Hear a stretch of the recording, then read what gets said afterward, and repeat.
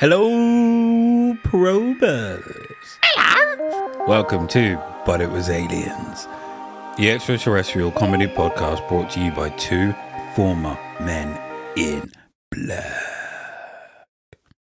I'm your host for today's episode, the king of the street grannies, the prince with the perfect peach, and the bestest of best friends, Granny Moon Walker.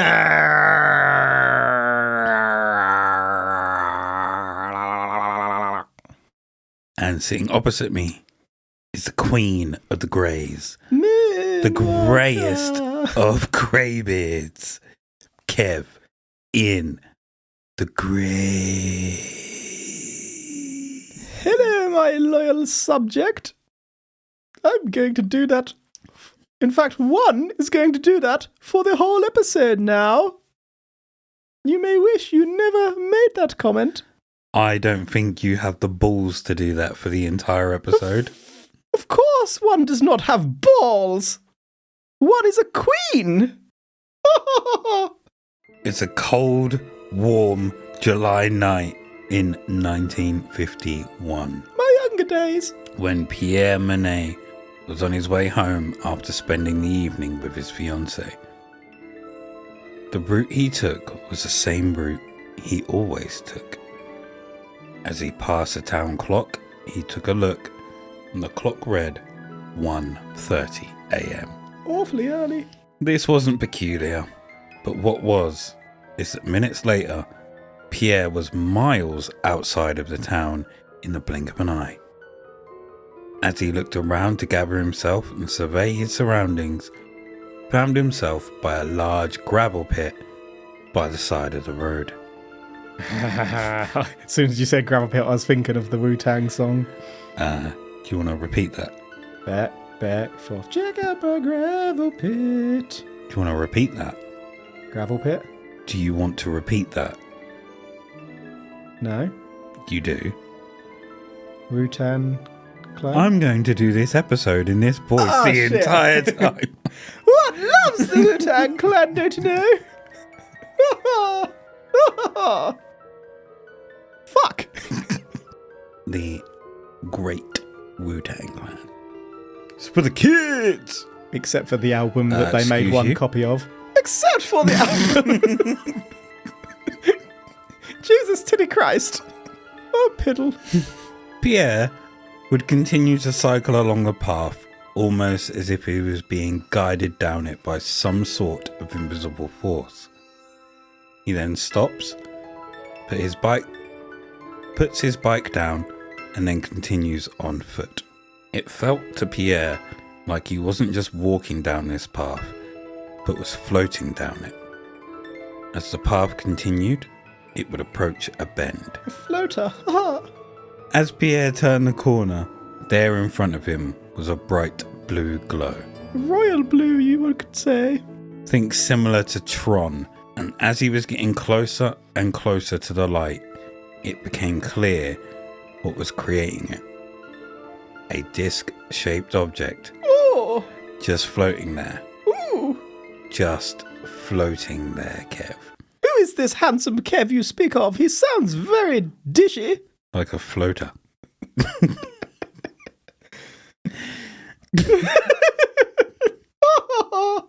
The object was estimated to be between 50 to 60 feet across and 10 foot high, and had a distinctive dome at the top. Tron imagery, I see. You're quite right. I'm just going to pass over to my handsome friend sat beside me. 1 second. Do you remember? Yes, sorry, what? What were you saying? Do you remember? We were out walking to or from a bar, I think, and suddenly we were further down the road than we thought.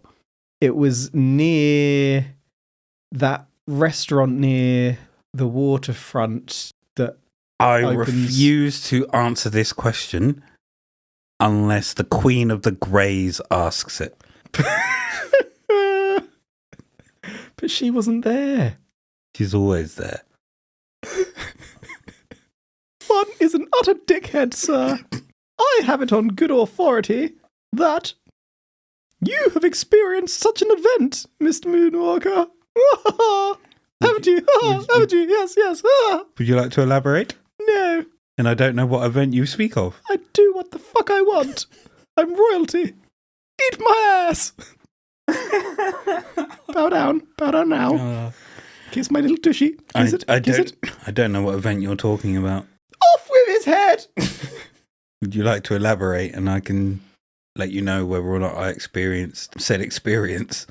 One subjects have advised that you and a very handsome unnamed associate were walking and suddenly realised you were very, very far further forward than you were a moment earlier.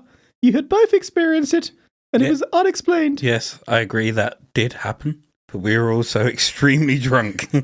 Because I am the bestest of best friends, I will let you drop that voice for the rest of the episode if you admit you don't have the balls to continue it all the way through.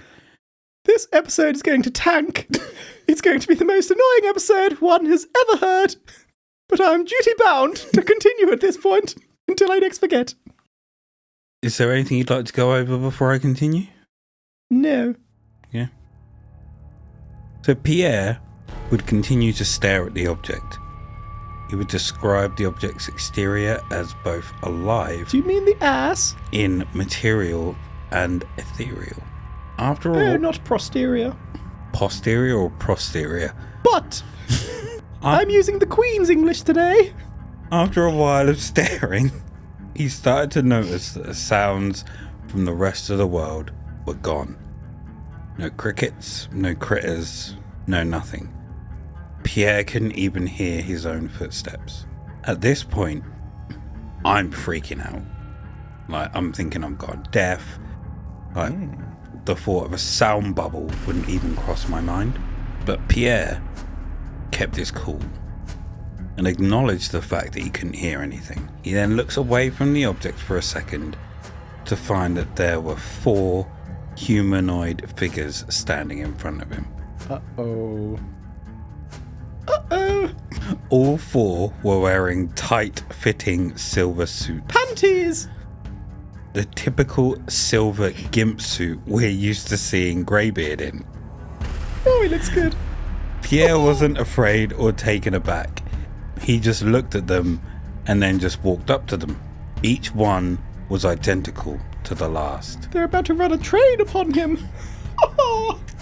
Choo-choo, Mama Tucker.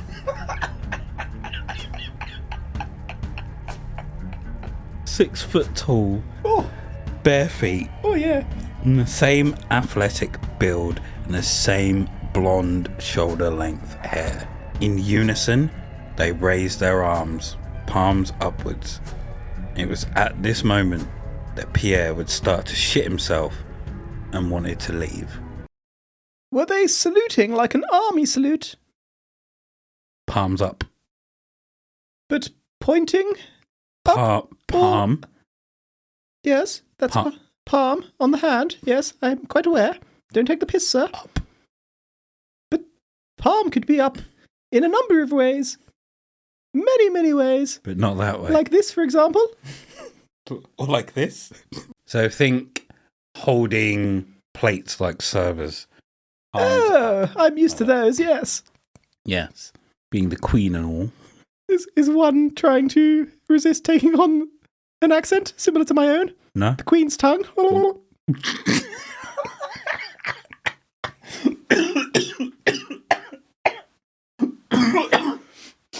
you bitch. Yes, not the first time I've been referred to as such, I'll have you know. So, they gestured with their palms. Yes, they did. Yes. And they're in gimp suits, you say? Silver gimp suits. Similar to the one you have in your wardrobe. Yes, I wear it on Sundays. Good job today, Saturday. Oh, yes. Otherwise you'd be in trouble, sir. Let me tell you. They don't call it the queen-sized bed for nothing, you know. I'd have you all over that thing. It's so hot, my legs are sticking to this chair. Got you hot, have I? Pierre would then begin to hear voices inside his head. Their voices. What was said to him was precise.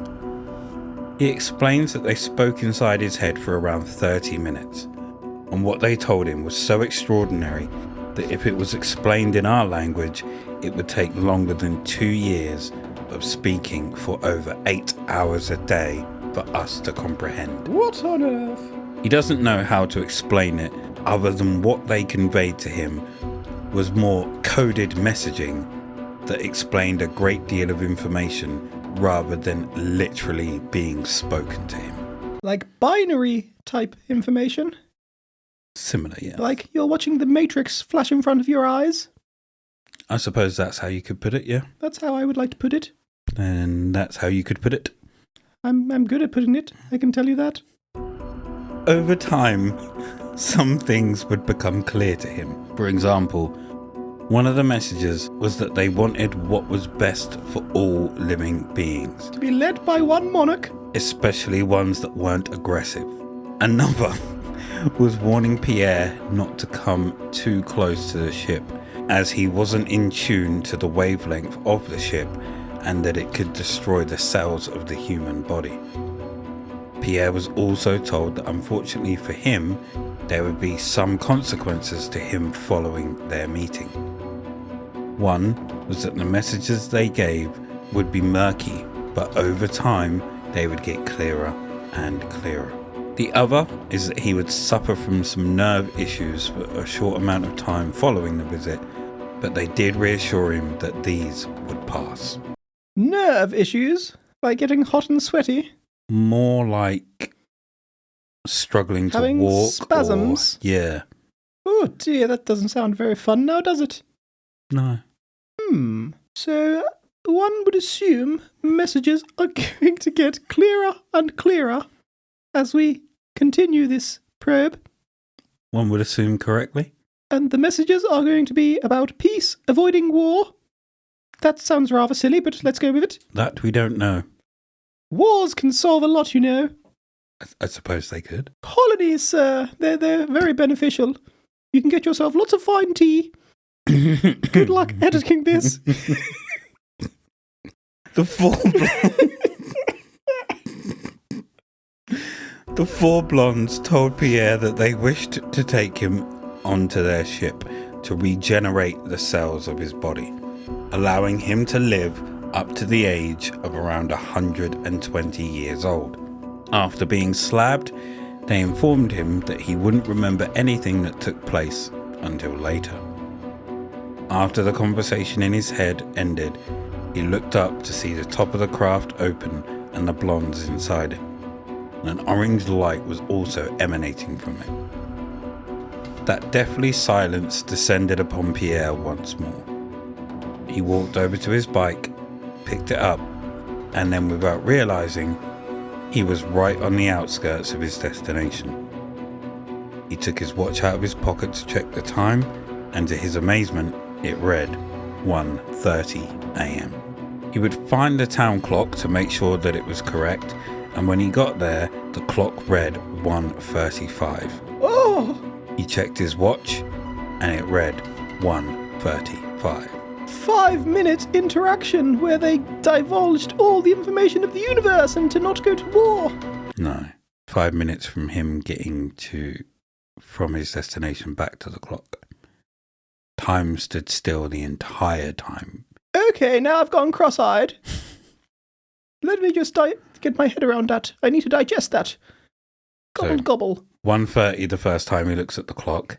1:30 when he comes back out of his trance. I'm with you. Time froze. So I'm gobble. Did space freeze around this instance as well? That we do not know. Because that could explain why time froze. They had a space-time bubble. A bubble of space-time, if you will. He may have effed up his story, however, for he has said that he could live up to around 120 years of age. Quite young, but still, if this person passes before, say, 115, he's pretty much saying that my story was bullshit. Not necessarily. Yes, necessarily. What if he gets shot? He didn't specify that, did he? His cells could last until the age of 120. if he gets shot, run over, or then the murdered, cells could regenerate up until he's 120. He should be able to take a clock. And there is also a sketch there for you of the blondes. One did not notice. That looks quite Nordic, doesn't it? I know you referred to them as blonde, but it took me a while to visualize it because I was trying to focus. No bulge around the cock, very tight gimp suit. One could assume these individuals have no genitals. Perhaps they are android in origin. Where are their eyes? How do they see? The image has no eyes. I'm feeling this quite naturally now, you know. It's just coming out.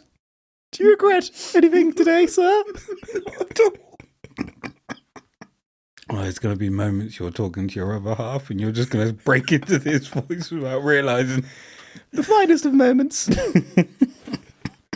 She will ask, would you like a cup of tea? And I shall say, yes, I love tea. Do we have any crumpets? Earl Grey only. As days passed I find an English breakfast tea divine. Following his strange encounter, he struggled trying to comprehend what exactly had happened that night. As do we, sir, as do we.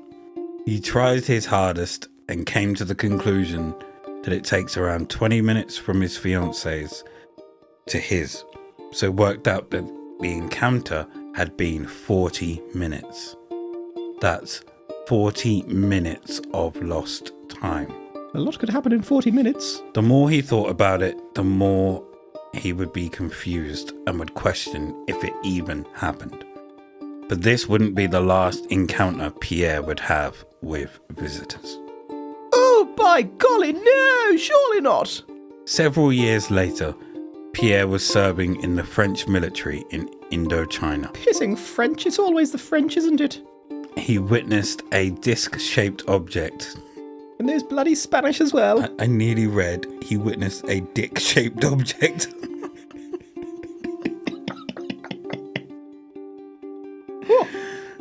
Now I'm getting hot. He witnessed a disc-shaped object overhead that was almost identical to the object he had seen hovering over the gravel path. Were these the same four blondes from before? Surely. Keeping tabs, one would imagine. Back in France, in June 1974, one evening at a petrol station, he saw two men nearby filling their vehicle up. As soon as he saw them, he recognised something about them. He got an immediate sense of exceptional well-being Park life! when he saw them, as feelings of tranquility, peace and love emanated from them. Hippie bastard. He claims that these men looked towards him as they had done in the summer of 1951. They transferred thoughts directly into his mind. Timothy Good interviewed Pierre Monnet in July 1978, and he would make some further remarkable revelations to him, claiming that the alien entities came from a star named Vega that had 14 planets that orbited it, 9 of which were inhabitable. This spacefaring race had bases on our moon, Mars, and a moon of Jupiter, along with Saturn, along with bases on Earth as well. These bases are invisible to us on Earth. Are we sure they weren't in disguise and they were really draconians? Because I know all about the MDF, I'll have you know. Mars Defense Force, baby! According to what Pierre told Good during their meeting in the summer of 1978, in July 1977, he began receiving telepathic communications about the bases on Earth. He told Good that these bases were protected from sight by a powerful magnetic field that acted on the molecules of a layer of surrounding air covering the places where the bases are constructed.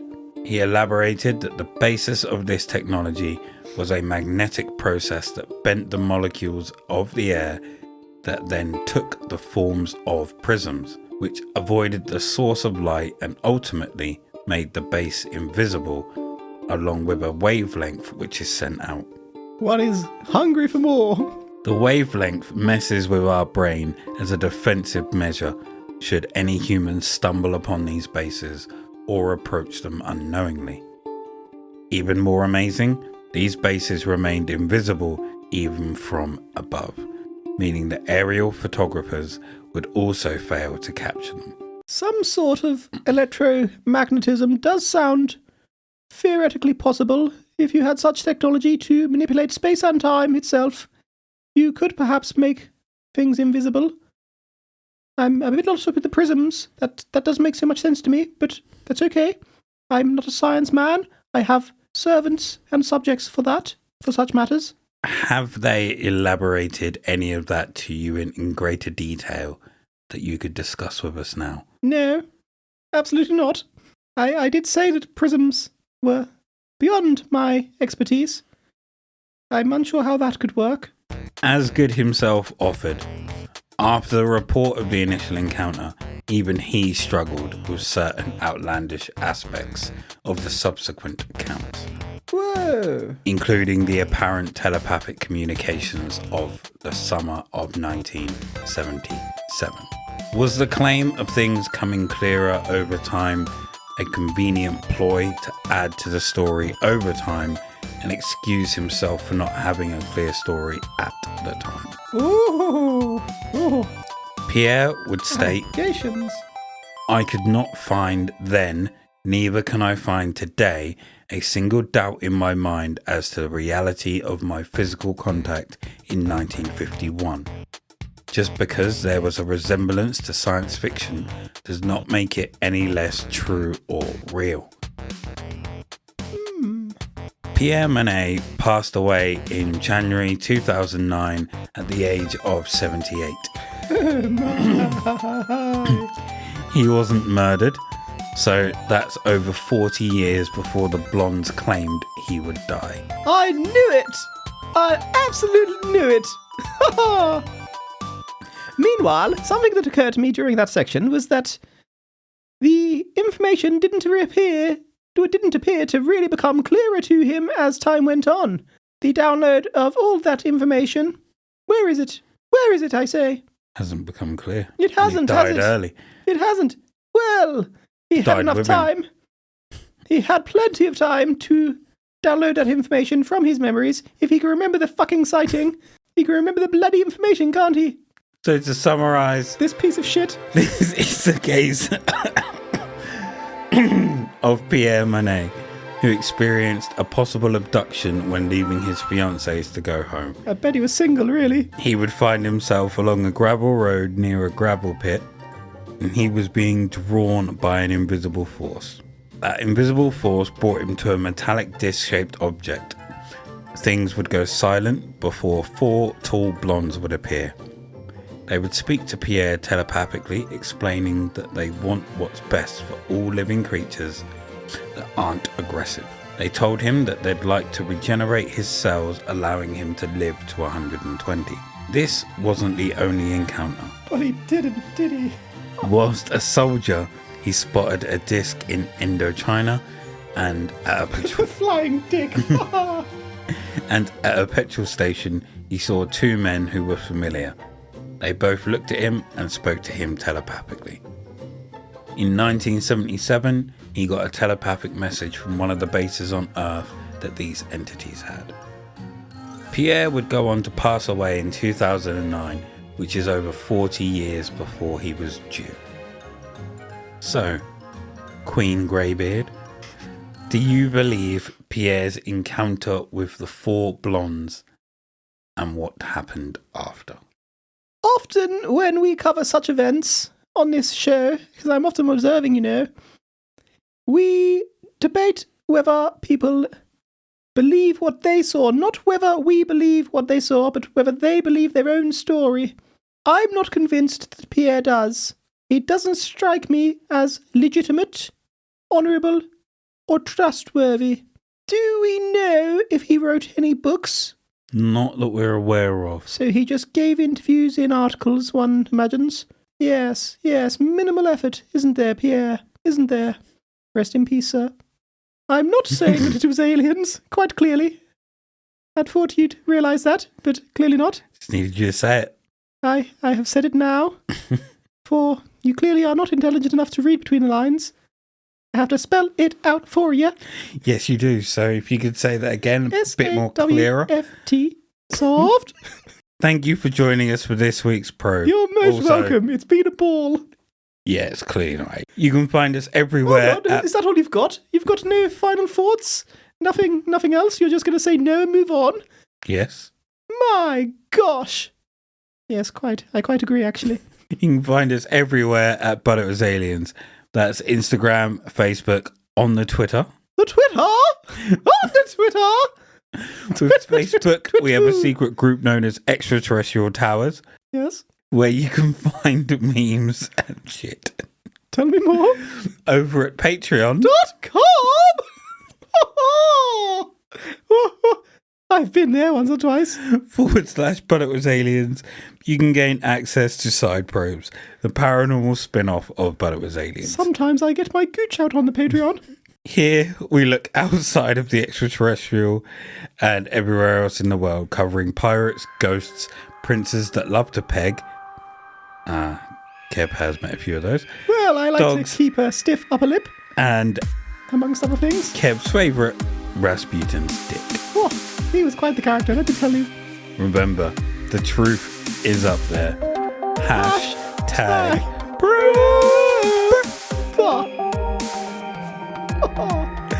Well played, sir. Probe.